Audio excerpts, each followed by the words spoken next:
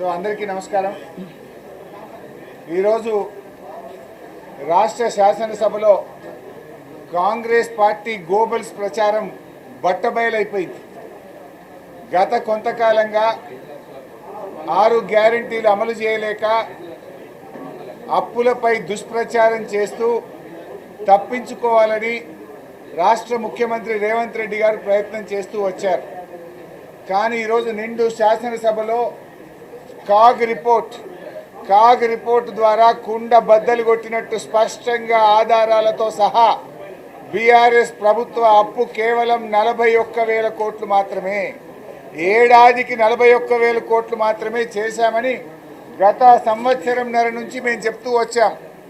మేము గత 16 నెలల నుంచి ఏదైతే చెప్పామో ఇవాళ కాగ్ రిపోర్ట్ కూడా మేము చెప్పిందే నిజమని చాలా స్పష్టంగా తేల్చి చెప్పింది। కాగ్ రిపోర్టు చెప్పడమే కాదు, బట్టి విక్రమార్క గారు కూడా అసెంబ్లీలో మేము చెప్పిందే నిజమని చెప్పారు। అంటే ప్రభుత్వము మరియు గ్యారెంటీల రూపంలో తీసుకున్న మొత్తం కూడా కలిపి 4,17,000 కోట్లు మాత్రమే। 10 ఏళ్లలో 4,17,000 కోట్లు అంటే సంవత్సరానికి 41,000 42,000 కోట్లు। అంటే కాంగ్రెస్ ప్రభుత్వం 1,58,000 కోట్ల రూపాయలు అప్పు చేసింది। చేసిన పని అయితే సున్నా। ఇలా నగ్నంగా ఇంకొక విషయం బయటపడ్డది। ముఖ్యమంత్రి గారేమో 3 గంటల 44 నిమిషాలకు సభలో మాట్లాడుతూ 1,52,000 కోట్లు అప్పులకు మిత్తిలకు కట్టినామని చెప్పిండు।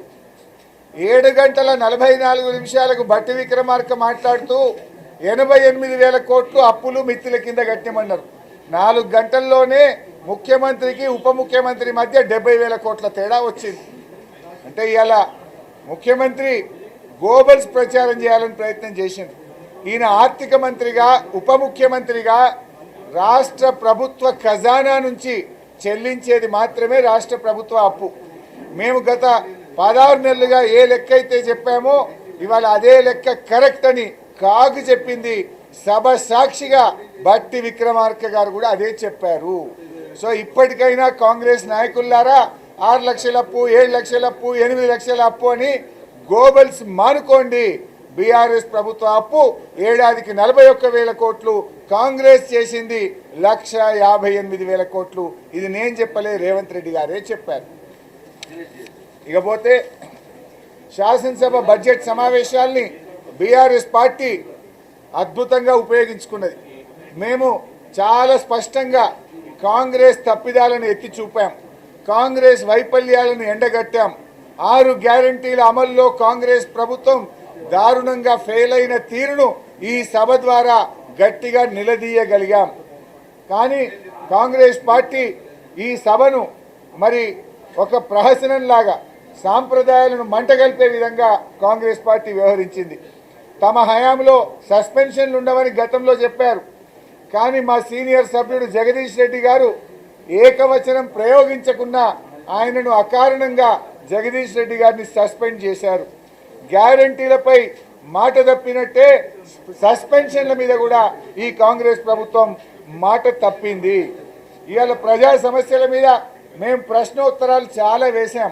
12 రోజుల్లో కేవలం 2 రోజులు మాత్రమే ప్రశ్నోత్తరాలు జరిపి 10 రోజులు క్వశ్చన్ అవర్ లేకుండా తప్పించుకునే ప్రయత్నం ఈ ప్రభుత్వం చేసింది। స్వల్పకాలిక చర్చలు చేస్తామన్నారు, బీఏసీలో ఒప్పుకున్నారు। స్వల్పకాలిక చర్చలకు ఒక్కదానికి కూడా అవకాశం ఇవ్వలేదు। సీఎం మంత్రుల సమాధానాల్లో సీరియస్నెస్ లోపించింది। ఇకపోతే కేవలం రాజ్యాంగం ప్రకారంగా బడ్జెట్ పాస్ చేసుకోవాలి కనుక బడ్జెట్ను పాస్ చేసుకోవడమే లక్ష్యంగా ఈ సమావేశాలు నిర్వహించినటువంటి పరిస్థితి మనకు కనబడతా ఉంది। ఇవాళ డీలిమిటేషన్ మీద మా నాయకులు కేటీఆర్ గారు మాట్లాడటమంటే మైక్ ఇవ్వకుండా డీలిమిటేషన్ తీర్మానం మీద ముఖ్యమంత్రి గారు మాత్రమే చదివి ఇవాళ ప్రతిపక్షానికి అవకాశం లేకుండా ఇవాళ మా హక్కులను కాలరాసే ప్రయత్నం చేశారు।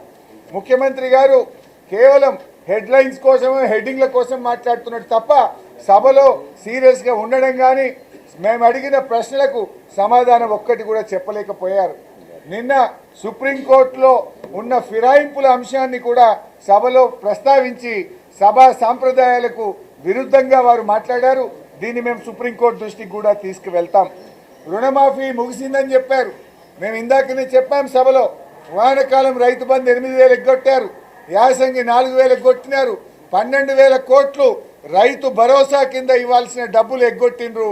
ఇచ్చింది 20,000. అంటే మీ రుణమాఫీ పథకంలో రైతులకు ఇచ్చింది కేవలం 8,000 కోట్లే. 12,000 కోట్లు రైతు బంధుని ఎగ్గొట్టిండ్రు, 20,000 రుణమాఫీ ఇచ్చిండ్రు. అంటే మొత్తంగా మీరు ఇచ్చింది కేవలం 8,000 కోట్లు మాత్రమే. ఇకపోతే బీజేపీ నగ్నంగా కాంగ్రెస్ బీజేపీల మైత్రి ఈ సభ ద్వారా బట్టబయలైపోయింది. కాంగ్రెస్ బీజేపీలు ఒకరికొకరు పరస్పరంగా వాళ్ళు పొగుడుకుంటూ సభలో ఇవాళ అలిమించుకుంటూ షేక్ హ్యాండ్లు ఇచ్చుకుంటూ కాంగ్రెస్ ఏ పేపర్ ఇస్తే బీజేపీ నాయకులు దాన్నే మాట్లాడే ప్రయత్నం చేసినారు. కాంగ్రెస్ బీజేపీల బంధం ఈ అసెంబ్లీ సమావేశాల్లో మరోసారి స్పష్టంగా బయటపడ్డది. మాకు దక్కిన సమయాన్ని పూర్తిగా మా సభ్యులందరూ కూడా ప్రజల పక్షాన మరి అనేక అంశాలు లేవనెత్తారు. అదేవిధంగా కోమటిరెడ్డి వెంకటరెడ్డి గారు ఆర్ఎండ్బి శాఖకు సంబంధించి తప్పుడు సమాచారం ఇస్తే మా నాయకులు ప్రశాంత్ రెడ్డి గారు దాన్ని గట్టిగా ఎత్తి చూపారు. మేము ఆయన తప్పులను స్పీకర్ గారికి సభా హక్కుల ఉల్లంఘన కింద ప్రివిలేజ్ మోషన్ కూడా కోమటిరెడ్డి వెంకటరెడ్డి గారి మీద ఇచ్చాం. చివరికి వెంకటరెడ్డి గారు బీఆర్ఎస్ వాదనే నిజమనే విధంగా ఒప్పించాం మేమని చెప్తా ఉన్నాం. అదేవిధంగా కాంగ్రెస్ పార్టీ ప్రజలకు ఇచ్చిన మేనిఫెస్టో మీద మేము అడిగిన ఏ ఒక్క ప్రశ్నకు కూడా సమాధానం చెప్పలేకపోయింది. ఇవాళ కేటీఆర్ గారు రుణమాఫీ మీద కొడంగల్కి పోదామా సిరిసిల్లకు వస్తారా అని సవాల్ విసిరితే దాని మీద కూడా సమాధానం చెప్పకుండా తోక ముడిచి ప్రభుత్వం పారిపోయింది. ఈ రకంగా ఇలా అనేక విషయాలు చర్చకు వచ్చాయి. ఇలా బీజేపీ నాయకులు అప్పుల గురించి మాట్లాడుతున్నారు. బీజేపీ పార్టీ ఇవాళ వాళ్ళు ఒక విషయం గుర్తుపెట్టుకోవాలి. మొత్తం ఈ దేశాన్ని పరిపాలించిన అందరు ప్రధానమంత్రులు 60 ఏళ్లలో ఈ దేశం చేసిన అప్పు 57 లక్షల కోట్లయితే 10 ఏళ్లలో బీజేపీ ప్రభుత్వం చేసిన అప్పు 125 లక్షల కోట్లు. అంటే 125 లక్షల కోట్లు అప్పు చేసిండ్రు. 57 లక్షలు 60 ఏళ్లలో అయితే 10 ఏళ్లలో 125 లక్షల కోట్లు చేసిండ్రు. అంటే 57% ఆఫ్ జీడిపి, 57% జీడిపిలో అప్పులు చేసిన బీజేపీ వాళ్ళు ఇవాళ నీతులు చెప్తారు. ఇవాళ మీ కథ ఎట్లున్నదంటే 100 ఎలుకలు తిన్న పిల్లట నేను శాఖాహారి అన్నదట. ఈ దేశంలో అత్యధిక అప్పులు చేసి జీడిపిలో 57% అప్పు చేశారు. ఈ రోజు కూడా నిన్న పార్లమెంట్లో చెప్పిన సమాధానం ప్రకారంగా ఈ రాష్ట్ర అప్పు జిఎస్డిపిలో 27% లోబడే ఉంది. ఈ రాష్ట్రం 27, మీది 57. ఇంకా మీరు మాట్లాడతారు. మీకు మాట్లాడే నైతికత ఎక్కడిది అని చెప్పి కూడా నేను ఈరోజు అడుగుతా ఉన్నాను. ముఖ్యంగా ఈ బడ్జెట్ సమావేశాల్లో కాంగ్రెస్ పార్టీ రుణమాఫీలో ఫెయిల్ అయిందాన్ని గట్టిగా ఎండగట్టాం. ఈ బడ్జెట్లో మహాలక్ష్మికి రూపాయి కూడా పెట్టకపోవడాన్ని గట్టిగా నిలదీశాం. ముఖ్యంగా 4,000 ఆసరా పెన్షన్ విషయంలో, స్కూటీల విషయంలో, తులం బంగారం విషయంలో మేము గట్టిగా నిలదీశాం.